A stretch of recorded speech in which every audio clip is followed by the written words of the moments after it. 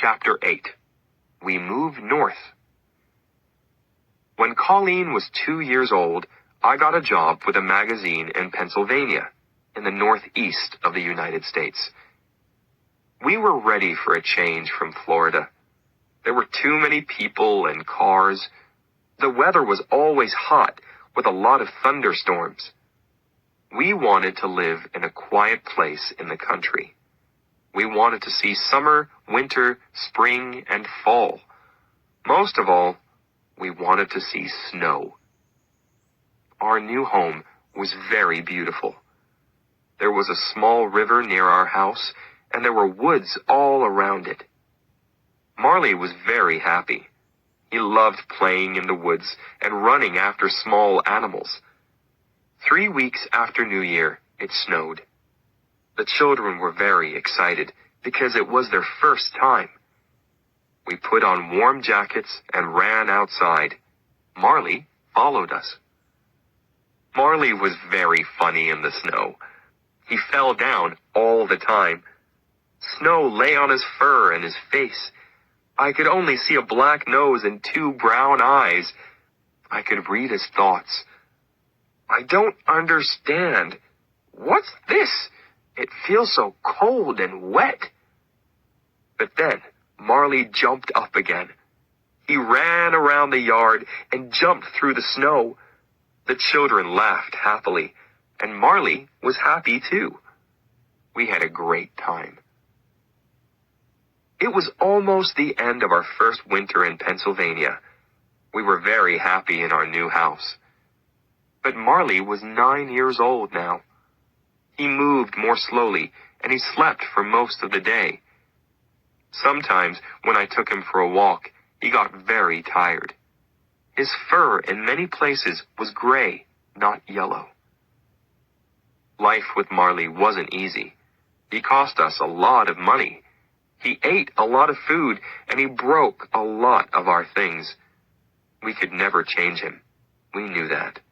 But he was one of our family. He loved us, and we loved him. That spring, I said to Jenny, "Let's get some farm animals."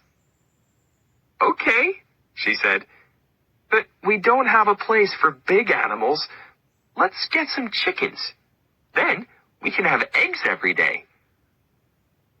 Jenny talked to one of the moms at the children's school. Donna lived on a farm. She gave Jenny 4 baby chickens. The chickens lived in a box in the kitchen. They ate and pooped. Then they ate some more, and they got bigger. One morning, I woke up early when I heard a call from downstairs. "Cock-a-doodle-doo!" I woke Jenny up and asked, "What's that noise?" "Oh," she said, "I don't know." She turned over and slept. Every morning, the chickens made a lot of noise. Sometimes they made loud noises very near Marley. Marley was usually afraid of loud noises, but he didn't move away from the chickens. That's strange, I thought. Can't Marley hear the chickens?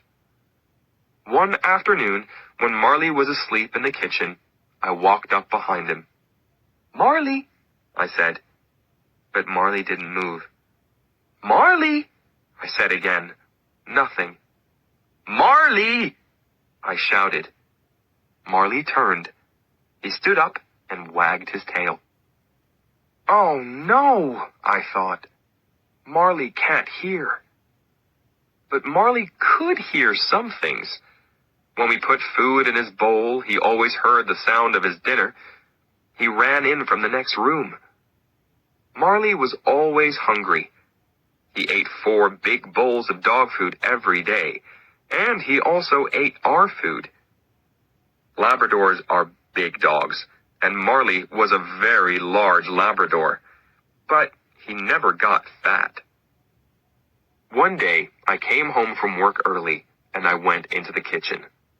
Marley was there. He didn't see me, and he didn't hear me. There was a sandwich on the kitchen table. Marley stood up and put his paws on the table.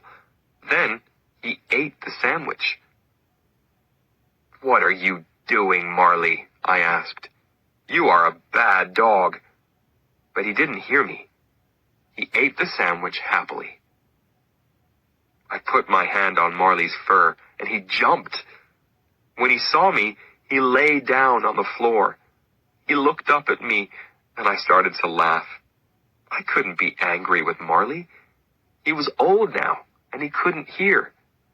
I couldn't change him. The chickens weren't afraid of Marley, and he never tried to catch them. They walked around the yard, and Marley went with them.